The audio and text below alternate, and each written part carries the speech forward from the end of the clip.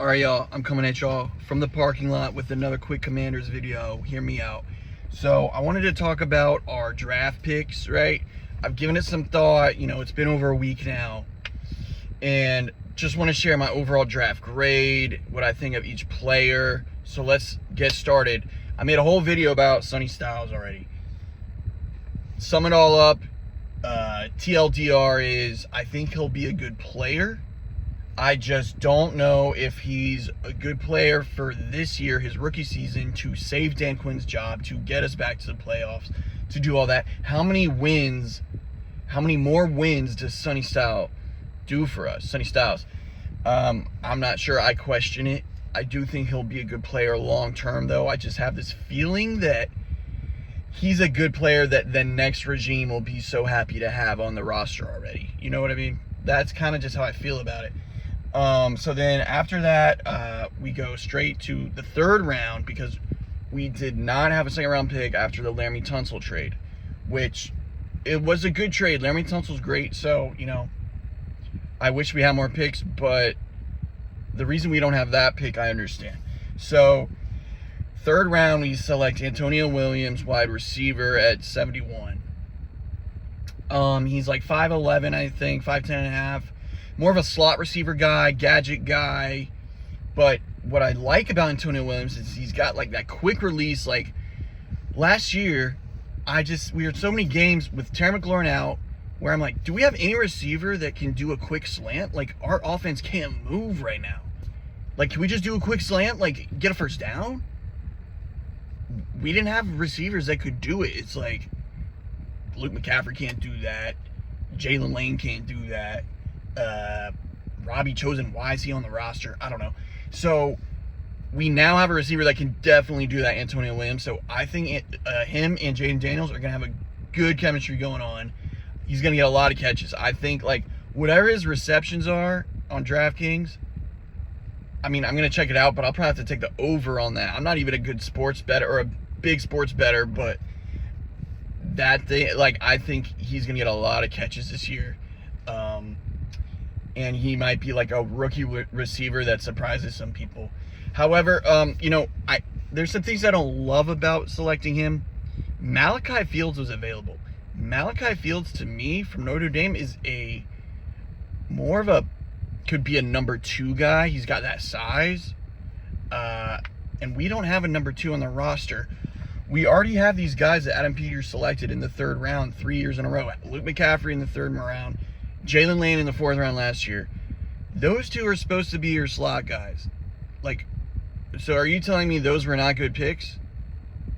So it's like third draft in a row, we select a shorter stature receiver in the third round. It's just kind of like redundant, right? However, I'll say this. I think Antonio Williams will easily be the best of those 3 players I just mentioned. Luke McCaffrey, Jalen Lane, I think he easily clears them. He's going to actually be a legit receiver. Jalen Lane is not even a receiver, guys. He's a really good punt returner, though. So that's why I don't want to say let's cut him, because he's the best punt returner on the team. He ran 2 back last year for touchdowns. So I don't know what to do. There's going to be a competition for sure at the receiver position, especially on the back end. But yeah, Luke McCaffrey, he's not safe. Jalen Lane, he's not safe. Antonio Williams, he's definitely week 1, he's our number 3 receiver in the slot. We brought De'Ami Brown back, but whatever. That's for another video. That's not a draft selection. So overall, I like Antonio Williams in round 3. Would have went Malachi Fields, and then literally 2 picks after that, the Giants traded up to get Malachi Fields. I was like, oh my God, we could have had him, man. Would have rather had Malachi Fields, but I still think Williams will be good. Then we moved to the 5th round, and they selected Josh Josephs, defensive end, who fell allegedly for some character issues. He was roommates with the edge from Atlanta, who just had like a GTA rampage, and they got arrested. I'm forgetting his name, but I think he won Defensive Rookie of the Year. Anyway, though, this Josh Josephs guy, I think he's going to be good. Maybe not this year, because we already have a lot better starting defensive ends now. And so Josh Josephs, I don't know how much playing time he's going to get. Maybe as the season goes on, he'll get more. But we have a lot of depth now at the edge position. So Josh Josephs, I think in the future, though, he could be, because we have a lot of edges, but a lot of them are on 1-year deals. So after this year, maybe like he gets more PT next year and he ends up being a great pick for us. So I like that pick of Josh Josephs. He's got good measurables. He's like, I forgot how tall, I think like 6'3", but he had a really long wingspan, which is good for an edge. Let's go to the next round, though. So 6th round, Kaytron Allen. I love this pick, guys.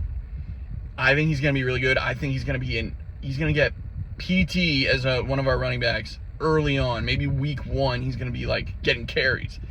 He was the Penn State leading rusher, like in the history of Penn State, and they've had some good running backs. Saquon Barkley went to Penn State. So Kaytron Allen, I think he could be like low-key as Alfred Morris type, where it's like, you're not the most athletic. There's nothing really truly remarkable about you in terms of like the combine or whatever, but you're just a good running back. Like, we're going to hand you the ball and you're going to gain yards and fall forward. And he's more of a thumper, which we need.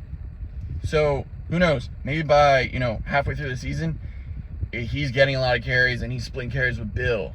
And they have sort of like a poor man's David Montgomery and Jahmyr Gibbs going on. That would be nice. So David Blau, Ben Johnson, right? So I like that pick a lot, guys. In fact, the 6th round really elevated this whole draft for me, our 6th round selections, because we had to. The next one was Matt Golden, center, who I think is going to be good. I really like this pick. We don't really have a starting center right now. Nick Allegretti is our starting center on paper, but Nick Allegretti is a backup guard, and he played like a couple games at center last year when Tyler Biadasz got hurt. So he's not a starting center. He's never started. I mean, he started a couple games like I just mentioned, but he's never been a starting caliber center, right? He's a swing guard, swing center. That's what Nick Allegretti is. This rookie, Matt Golden, he started like 16 games or however many, 15, 16 games at Michigan State last year as a center, and he can anchor. He can pass protect. I think he's going to be good. He's corn-fed. Matt Golden is corn-fed. And so there's going to be a competition between him and Allegretti. Who's going to start? You don't want to, in my opinion, you don't want to let a center competition go on too long, because you want to know who your starting center is so that they have chemistry and they gel with the quarterback and the rest of the O-line. You don't want to be like messing with that, because the center is actually really important, super underrated position. They're the one, they touch the ball every single play on offense. So you need your center to be on page with the quarterback and the rest of the O-line. But I like Matt Golden. If he doesn't start week 1, I think he's going to be starting by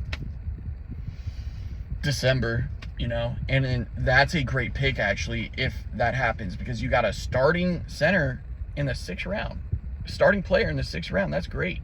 So, and then let's go to 7th round. We picked a quarterback. Forgot his name is hard to pronounce. Ethan Kalimakis, something like that. I see some people excited about that pick. To me, it's a wasted pick. This guy might not even make the roster. We could have probably just signed him. Like, we didn't even have to pick him. We could have signed him undrafted if we really wanted to invite him to camp. So that move was a head scratcher for me. I would have rather used that pick on a defensive back. Whatever best defensive back is available at that pick in the 7th round, let's pick the defensive back, because that's one of my gripes about this draft. We did not select any defensive backs, not a single corner, not a single safety. So that is lacking on our team right now. Our skill positions are lacking still, I would say. Corner is lacking, safety is lacking, receiver is still lacking, although it is improved slightly with Antonio Williams. I just think they should have went a little more on the skill positions for both offense and defense. But Adam Peters, he's just investing in the trenches. That's what he's doing. So we're going to be a lot better in the trenches this year, I think, which is good. But can we get some skill position guys in free agency? There's still some available. Yeah, so overall, I give the draft a B minus or a B, guys. I'm not as hot on it as some people are. I just do think that there are some highlights for sure, but we gotta wait to see how some of these players do. I don't think Adam Peters has been a great drafter, honestly, because Luke McCaffrey looking like a miss. Jalen Lane, miss. Ben Sinnott, huge miss. Huge miss, Ben Sinnott in the second round, guys. Johnny Newton looking like a miss. When I say miss, for some of these players, like, I don't mean they all are trash, but they were not worth that selection, is what I mean. So, Johnny Newton, yeah. Mikey Sainer still, I don't know, man. I'll say this, he's got the best ball skills on our defense. He's like one of the only players that can actually get an interception, so that's good. But he gave up, like, I think the second most touchdowns last year among all corners. Yikes. So, I don't know, guys. I do think this could potentially be Adam Peters' best draft, though.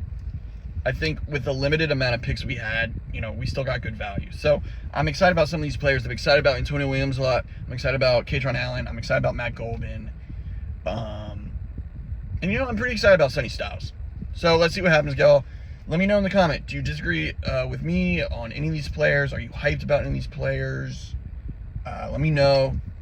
And let's discuss. Peace.